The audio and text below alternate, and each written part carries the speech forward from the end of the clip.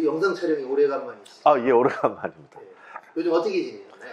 저는 베트남 여성과 원하는 신랑님들 오면 베트남에서 신부님을 소개하고 있었죠. 요즘 베트남 국제결혼 상황이 어떤가요? 요즘은 이제 신생, 새로 시작하는 사장님들도 많이 늘어났고요.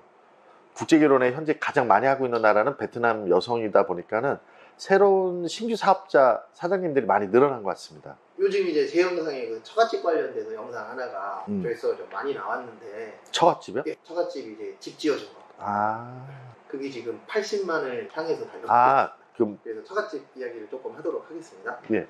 베트남 같은 경우에는 이제 국제 결혼할 때 많은 신랑분들이 그 처갓집 관련돼서 질문들을 많이 하시나요? 사람마다 달라서 꼭 제가 뭐라고 말씀 못 드리겠는데 그래도 장인 장모 아내 집이니까 관심들이 있겠죠. 그러면 결혼 이후에 그 처갓집에 방문하기도 하나요? 당연히죠. 왜냐면 다른 나라 같은 경우에 너무 멀어서 못 가는 경우들도 있다고 하더라고요. 그러니까 베트남의 북남이 좀 달라요. 북쪽 같은 경우는 간단히 설명을 해본다면 신부 집이 보통 3시간 이내에 있는 퍼센트가 높아요. 그래서 북쪽은 처갓집을 꼭 방문을 하는데 남쪽 같은 경우는 처갓집이 4시간 이상 가야 되는 분들이 더 많아요. 그래서 업체마다 좀 다릅니다. 그 방문하는 시기가. 너무 먼 경우에는 못 가는 경우도 생기나요? 그런데도 신랑님이 꼭 가고자 하면 갑니다. 신부집이 예를 들어 한 8시간 가야 된다. 그건 쉽지 않은 얘기죠. 그러나 베트남의 신랑님들이 남쪽 같은 경우는 2번째 방문하실 때는 신부님하고 꼭 고향을 가십니다. 그럼 이제 같이 가셨을 때 남편분들의 반응이 어떠신가요? 제가 이런 말은 하죠. 너무 두리번거리지는 마시라고.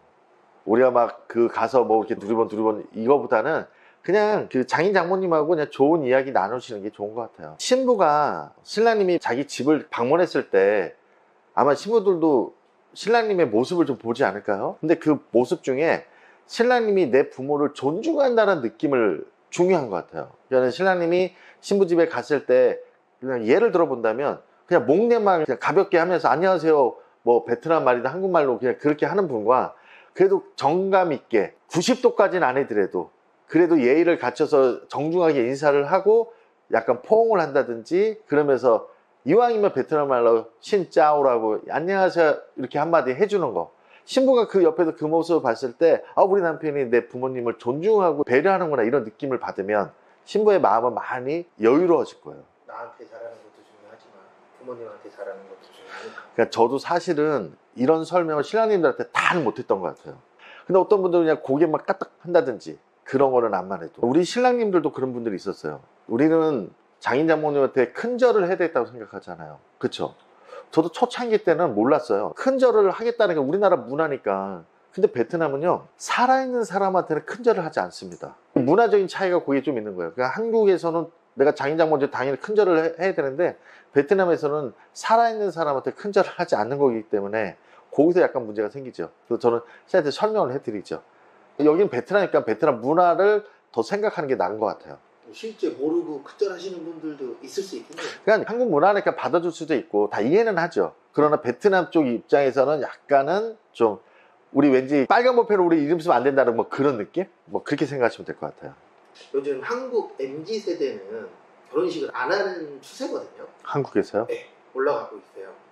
근데 베트남에서도 결혼식 안 하고도 혼인이 국제 결혼할 때. 국제 결혼은 결혼식을 안 했다고 해서 뭐 안 되는 건 아닌데 그래도 베트남 쪽에서는 하고자 하겠죠. 그 이제 댓글에 이런 글들 많이 달리거든요. 당연히 아닌데 뭐 국제 결혼하면 95% 이상 이혼한다. 저도 뭐 우리나라 통계초 자료를 본 건 아니지만 어떤 유튜버들이 그런 거를 이렇게 말씀하는 걸 들어보면 베트남 여성과의 그 국제결혼 이혼율이 한 26% 정도로 된다고 하더라고요. 그게 맞다라면 그 말하고는 안 맞는 거죠. 제가 생각할 때 그분이 말한 대로 95%가 이혼을 한다면 이 업이 존재할 수가 없어요. 긍정이 크니까 유지가 되는 거지 부정이 크다 그러면 이게 할 수 없는 일 아닐까요? 모든 업이 마찬가지일 것 같은데. 워낙에 이제 부정적인 글만 쓰시는 분들이 계시다 보니까. 제가 우리 신랑님한테 이런 말을 해본 적이 있어요. 신랑이 심각하게 고민을 했어. 신부와 자기와의 관계에 대해서 전 신랑한테 그랬어요. 신랑님, 신부님하고 같이 있으면서 좋은 게 많은지 기쁨이 많은지 아니면 고통이 많은지를 생각해 보시라고. 고통이 50이 넘는다면 고민해 보셔야 되는 일이고 기쁨이 50이 넘는다면 내가 개선해보든지 노력해보든지 해보면 되는 거잖아요. 그래서 신랑님이 내가 이 여성한테 느끼는 감정이나 이 여성과 있었을 때 내가 좋은 게 많으면 계속 가시는 거고, 고통이 너무 많다 그러면 신랑님이 선택을 해보셔야 되겠죠. 95%는 아닐 것 같습니다. 저도 아니기는 한데 가끔씩 이런 영상 만들면 댓글에 이런 거 아닌데 왜 물어보냐 이렇게 물어보시는 분들도 계시는데 그냥 영상으로 남겨놓으려고 하는 거. 알겠습니다. 신랑분들이 이제 국제결혼 준비하잖아요.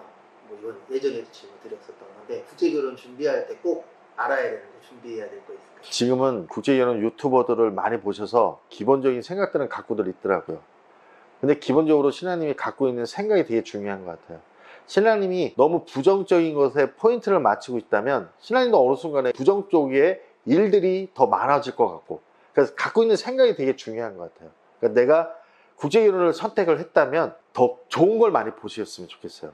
그리고 유튜버도 보면은 부정적인 유튜버들이 많고 긍정적인 유튜버도 많은가? 나 그건 모르겠지만 그래도 다들 좋은 걸 많이 생각해봐라. 걱정이 되고 조심이 될 건 있겠지만 그래도 좋은 쪽을 더 생각을 갖고 접근하시는 게, 기본적인 베트남 말을 공부를 해보시고. 제가 예를 들어 이런 적이 있었거든요. 베트남 친한 여성이 저한테 농담으로 던진 말이 있었어요. 우리나라 말로 하면 이 끝이라는 게 똥이라는 얘기예요. 이해 가셨어요? 근데 얘가 저한테 베트남 말로 오빠는 똥 먹는 거 좋아해요? 이렇게 물어봤어. 근데 제가 그때는 끝이라는 말은 몰랐어요.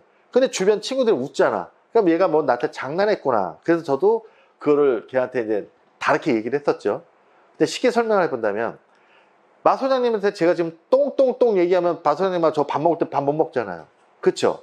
근데 제가 베트남 말로 지금 끝이 똥이라고 얘기했지만 제가 베트남 말로 끝 해봤자 마 소장님 아무 상관없어요. 제가 그때 그 친구한테 제가 복수를 했어요. 걔하고 밥 먹을 때 저도 베트남 말로 계속 끝 그랬거든요. 그러니까 걔가 저한테 사과를 했어요. 오빠 미안해, 내가 잘못했어. 신랑님들이 신부님한테 사랑한다는 말, 좋다는 말, 이런 건 베트남 말로 해줘야 이 느낌도 전달이 되는 거예요.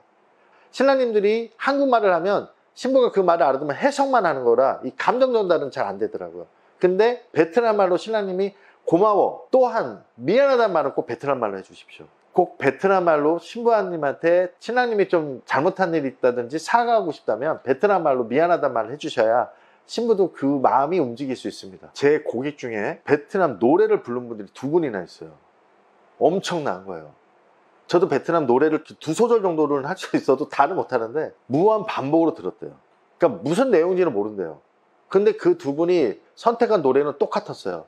그러니까 베트남 여성들한테 청혼하는 노래야. 그분들은 노력했다는 얘기죠. 대단한 분들이에요. 정말 저는 그 2분이 노래를 신부한테 불러줬거든요. 베트남 말로 베트남 노래를. 예전에 한번 하긴 했었는데 베트남 여성분들의 특징이 있을까요? 제가 느낄 때 그러니까 베트남 여성이라고 뭐 특별한 것 같지는 않아요. 그러니까 한국 여성이나 베트남 여성이나 타 나라 여성이나 여성들이 갖고 있는 기본적인 내용은 거의 비슷한 것 같고, 개인적으로 크게 차이는 날 수 있어도 그냥 뭐 베트남 여성이라고 딱 뭐라고 말을 하기는 어려운 것 같아요. 근데 거꾸로 베트남 여성들이 우리 한국 남성들이 마늘을 좀 많이 먹잖아요. 그 얘기를 많이 합니다. 그러니까 베트남이 마늘을 생으로 안 먹어요. 그 마늘을 생으로 안 먹다 보니까 우리는 마늘 좀 많이 먹잖아요. 그 마소장님, 제가 신랑님들한테 해주는 얘기가 한 가지가 있는데, 우리 한국 사람들 삼겹살 좋아하잖아요. 그래서 베트남에서 우리가 삼겹살 먹을 때 마늘하고 필수적으로 같이 쌈을 싸서 먹잖아요.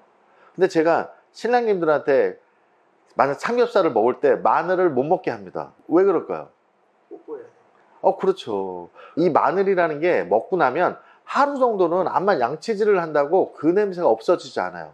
근데 제가 한 번은 제가 그 휴대폰 갖고 업무를 좀 보다가 보니까 우리 신랑님이 마늘을 먹었어요. 그래서 제가 어떻게 했는지 아세요? 제가 우리 신부님한테 설명을 했습니다. 같이 먹으면 괜찮거든요. 그러니까 당연히 베트남 여성들은 이 마늘 냄새 좋아하지 않아요. 그래서 신부님한테, 신부님도 몇 개를 먹으면 같이 서로 못 느끼니까 제가 그때 그 위기를 그렇게 넘어갔죠. 한국 사람 그러면 외국 분들이 마늘 냄새 난다 그러는 얘기 실제 많이 하시잖아요. 그렇죠. 우리 통역들도 제가 마늘 먹죠? 그냥 마스크 해버려요. 그래서 저는 그거를 정확히 알고 있죠. 신랑님도 베트남에 가셔서 신부님하고 좋은 시간을 보내셔야 되는 분들이라면 마늘 같은 거, 양파, 마늘 이런 거를 드시지는 않으시는 게 좋아요. 생으로. 그렇겠네요. 왜냐면 일반적으로 한국에 있을 때는 외국 사람 냄새 난다 이런 얘기만 하지. 그쵸. 한국인들끼리니까 그런 부분을 잘 못 느끼잖아요.